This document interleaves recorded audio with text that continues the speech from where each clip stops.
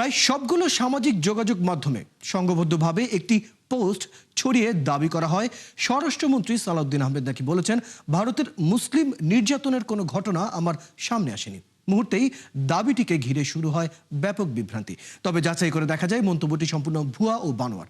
একইভাবে প্রচার করা হয় রুহুল কবির রিজভী নাকি হামের মতো গুরুতর বিষয়কে ছোটখাটো ব্যাপার বলে মন্তব্য করেছেন, কিন্তু বাস্তবে এমন কোনো মন্তব্যই করেননি তিনি। এর মধ্যে মৃত্যুর পরও গুজব ও সাইবার বুলিংয়ের শিকার হন কন্টেন্ট ক্রিয়েটর কারিনা কায়সার। প্রচার করা হয় গণভবন থেকে লাগেজ লুটের ছবিতে থাকা নারী তিনি। বাস্তবে ছবির ওই নারী কারিনা কায়সার নন। চলুন দর্শক, শুরুতেই কয়েকটি ফ্যাক্ট চেক দেখে নিচ্ছি।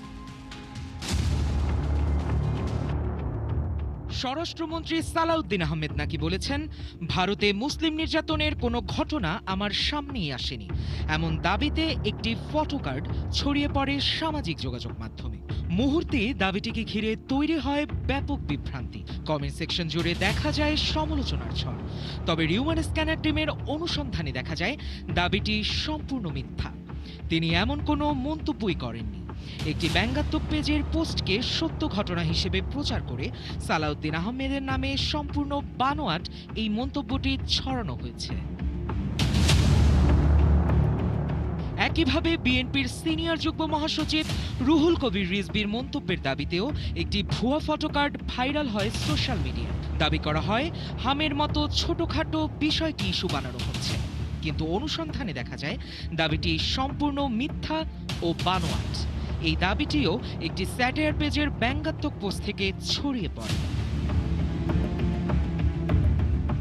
ওদিকে জনপ্রিয় কন্টেন্ট ক্রিয়েটর ও তরুণ অভিনেত্রী কারিনা কায়সারের মৃত্যুর পর সামাজিক যোগাযোগ মাধ্যমে একটি ছবি ছড়িয়ে দাবি করা হয় 2024 সালের 5ই আগস্ট গণভবন থেকে দামি লাগেজ লুটের দৃশ্যে থাকা নারীটি কারিনা কায়সার।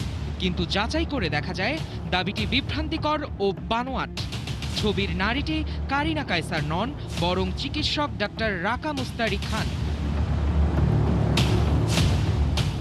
গুজব এখানেই শেষ নয়। বাংলাদেশের সরকারি হাসপাতালে রোগীর সামনে ডাক্তার ঘুমিয়ে থাকার দাবিতে একটি ভিডিও ব্যাপকভাবে ছড়িয়ে পড়ে।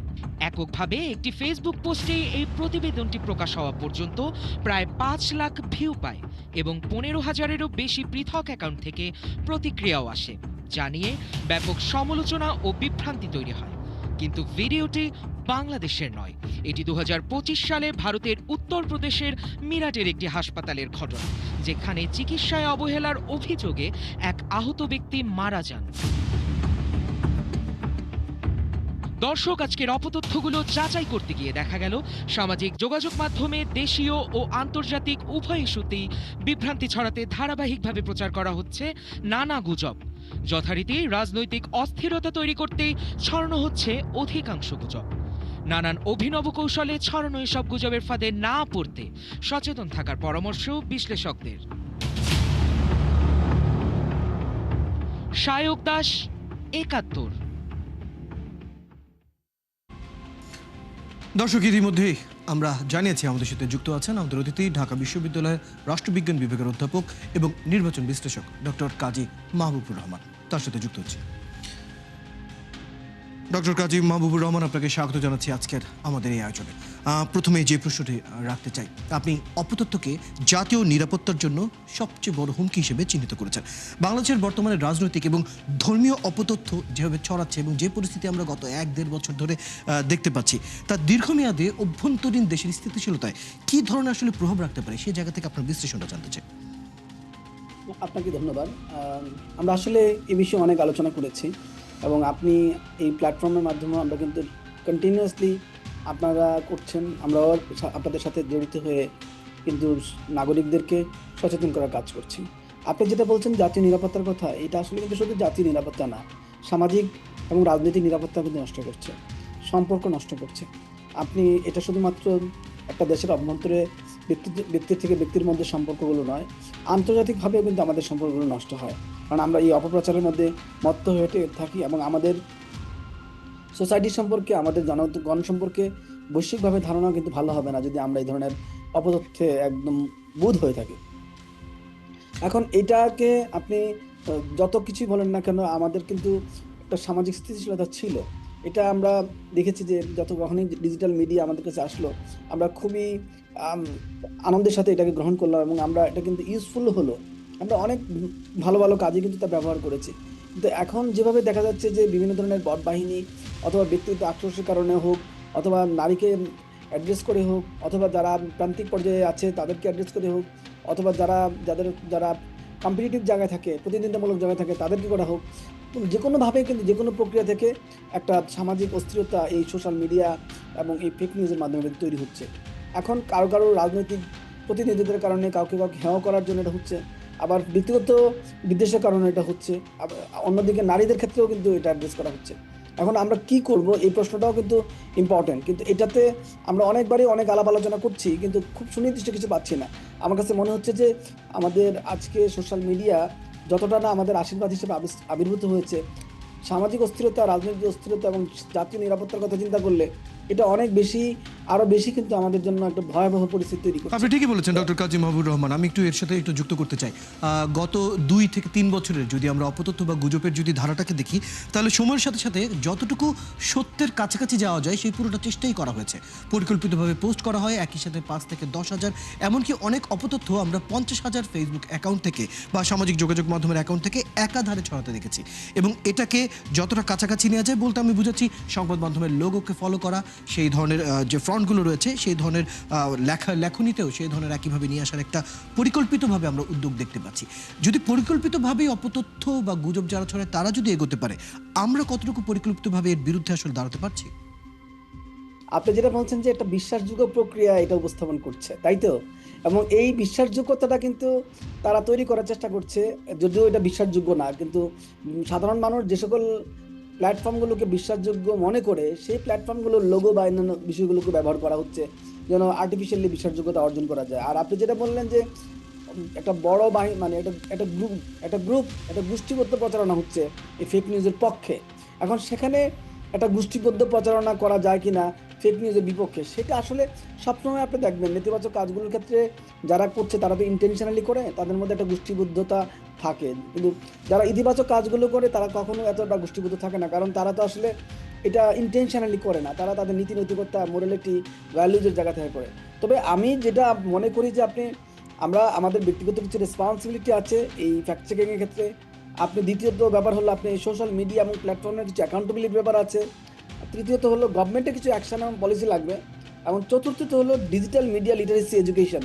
আমি এটা আগে কখনো বলিনি, ডিজিটাল মিডিয়া লিটারেসি এডুকেশন মানে ডিজিটাল মিডিয়ার ক্ষেত্রে যে একটা শিক্ষণ, এটার ব্যবহার এবং এক্ষেত্রে এটার মাধ্যমে যে অপতথ্য ছড়ানো হচ্ছে এবং এটা যে মানুষের অনেক অকল্যাণও করতে পারে, এটা দৈনন্দিন জীবনে যেভাবে আমাদের নিজেদের অঙ্গের মতো হয়ে দাঁড়িয়েছে, সেটা যে আবার আমাদের কতটা ক্ষতি করতে পারে সেটা আমরা এডুকেশনের মাধ্যমে কিন্তু সবাইকে ছড়িয়ে দিতে পারি। আপনারা যারা মিডিয়াগুলো এই ফ্যাক্ট চেকিং করছেন তাদের যেমন একটা কন্ট্রিবিউশন আছে, সেটা হয়তো সবার কাছে পৌঁছে না, কিন্তু আপনি যদি ক্লাস 8-এর বইয়ে, ক্লাস 6-7-এর বইয়ে অথবা ক্লাস 9-এর বইয়ে যে সকল বইগুলো যার মাধ্যমে আমাদের বেসিক তৈরি হয়, সেখানে যদি কোথাও এই জিনিসটাকে খুব হাইলাইট করে একটা চ্যাপ্টার দিয়ে দেওয়া যায়, ছোট করে হলেও একটা চ্যাপ্টার দিয়ে দেওয়া যায়, যেটার মাধ্যমে প্রত্যেকটা নাগরিকের তো 7, 8, 9 এইভাবে বেড়ে ওঠে, তাদের মধ্যে এই ধরনের একটা সচেতনতা তৈরি হতো যে না, সামাজিক তথ্যগুলো যাচাই বাছাই করার আবশ্যকতা রয়েছে। আরো বেশি এটাকে সহজ হতো। ডক্টর কাজী মাহবুবুর রহমান, এই বিষয়টি নিয়ে আরো বিস্তারিত আমরা আলাপ করব। এই মুহূর্তে একটা বিরতির সময় হচ্ছে, বিরতির পর ঠিক একই বিষয় নিয়ে আবার আপনার কাছে আমরা ফিরবো, সঙ্গেই থাকুন। ধন্যবাদ সাথে থাকার জন্য। আছেন একাত্তরে, চলছে রিউমার চেক নিয়ে একাত্তরের নিয়মিত আয়োজন ফেক নিউজ স্ক্যানারে। দর্শক, আমাদের সাথে আমাদের অতিথি ঢাকা বিশ্ববিদ্যালয়ের রাষ্ট্রবিজ্ঞান বিভাগের অধ্যাপক এবং নির্বাচন বিশ্লেষক ডক্টর কাজী মাহবুবুর রহমান যুক্ত আছি তার সাথে। ডক্টর কাজী মাহবুবুর রহমান, আপনাকে আরও একবার স্বাগত জানাচ্ছি আমাদের আজকের এই পর্যায়ের আয়োজনে। বিরতির আগে আমরা কথা বলছিলাম যে কিভাবে সামাজিক যোগাযোগ মাধ্যম আসলে যে কোনো ধরনের অপতথ্যকেই আসলে আরেকটু বেশি পুশ করার ক্ষেত্রে বেশি সহযোগিতা করে। একটু আপনার গবেষণা থেকে উদাহরণটা টেনে আনতে চাই। সম্প্রতি আপনার গবেষণা দেখা গেছে প্রায় 72% শিক্ষার্থী সংবাদ পেতে ফেসবুকের উপর নির্ভরশীল, কিন্তু মাত্র 25% তথ্য যাচাই করেন। এই যে বিশাল ব্যবধান, সেটি আসলে কমিয়ে আনার ক্ষেত্রে আসলে কি করা যেতে পারে?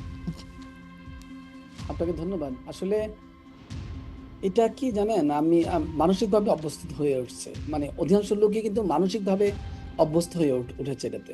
এটা ফেসবুকটা আমাদের এখানে, পৃথিবীর অন্য দেশে কিন্তু ঠিক এরকম না। আমাদের এখানে ফেসবুকের ক্ষেত্রে আমাদের যে আগ্রহ এবং মনোনিবেশ, এটা যেন না চালালেই আমরা মানে স্বাভাবিক জীবনটা যেন চলছে না, এত নির্ভরশীলতা হয়েছে। এইটা করার ক্ষেত্রে মূলধারার মিডিয়াগুলোকে আরও স্মার্টলি প্রেজেন্ট করতে হবে। এক, অ্যাভেলেবল নিউজ, এটা একটা বড় ব্যাপার। আমাদের কিন্তু ফেসবুকে যেভাবে সব ধরনের নিউজ পাওয়া যায়, মূলধারার মিডিয়াগুলো কিন্তু সব ধরনের নিউজ দিতে পারে না।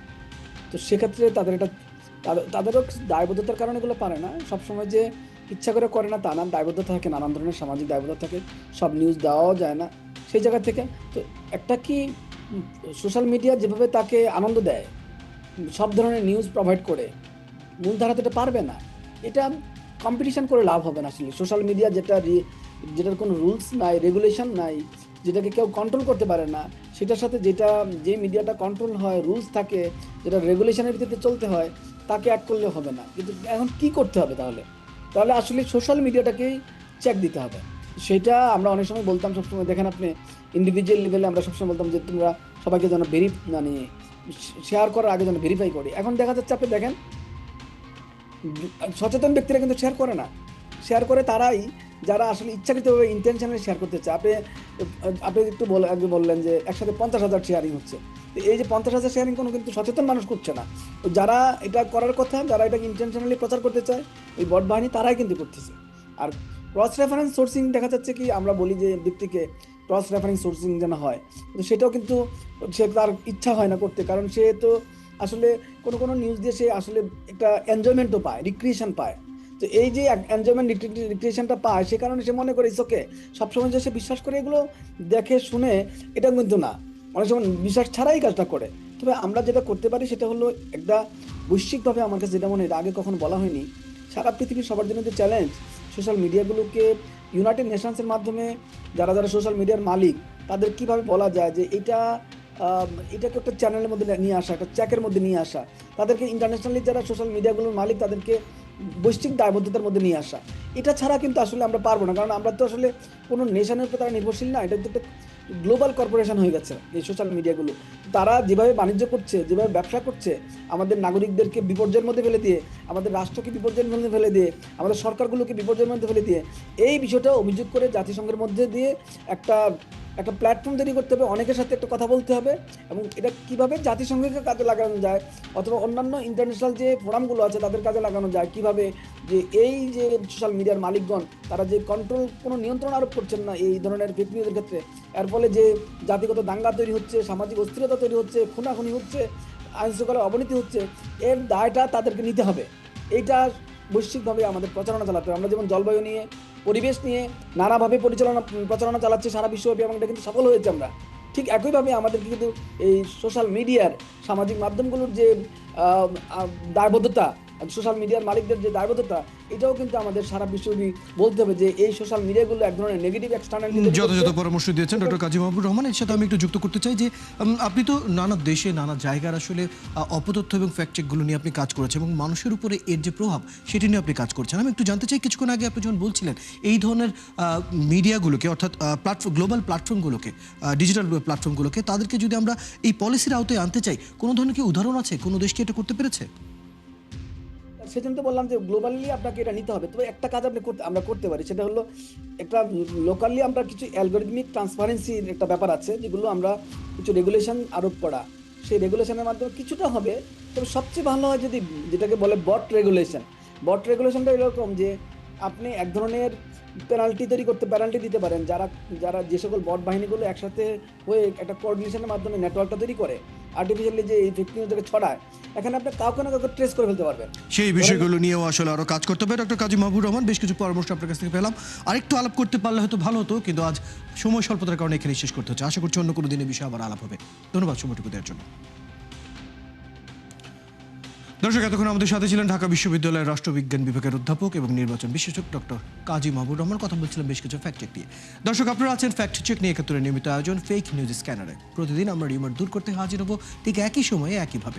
আপনারাও আমাদের সাথে যুক্ত হতে পারেন। কোনো খবর যদি আপনাকে সংশয়ে ফেলে, সেটা একটি স্ক্রিনশট আমাদেরকে মেইল করতে পারেন fns.71tv@gmail.com, অথবা ফেসবুকে যোগাযোগ করুন www.facebook.com/fake-news-scanner। আমরা সেই তথ্যের ফ্যাক্ট চেক করে আপনাদের জানাবো। চটকদার শিরোনাম দেখে ক্লিক করবেন না। বিশ্বাস আর প্রতিক্রিয়া জানানোর আগে ফ্যাক্ট চেক করুন, আর থাকুন ৭১-এর সাথে।